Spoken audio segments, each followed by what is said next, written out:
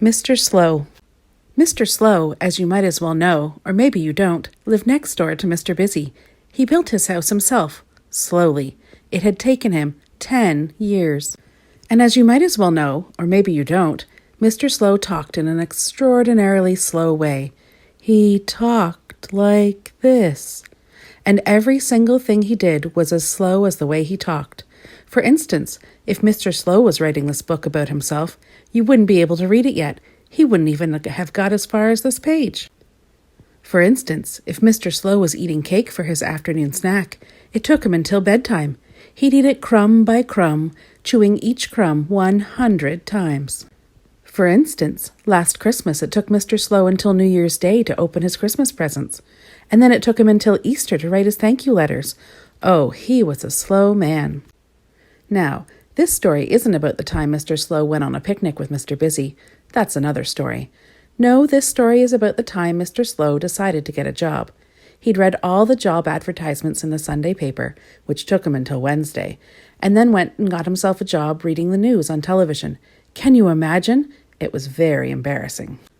"Good evening," said Mr. Slow.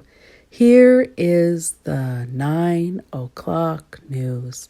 It took him until midnight to read it, and everybody who was watching went to sleep. So that job wasn't any good, was it? Then Mr. Slow got himself a job as a taxi driver. "Take me to the train station," cried Mr. Uppity as he leapt into his taxi. "I have a train to catch at 3 o'clock.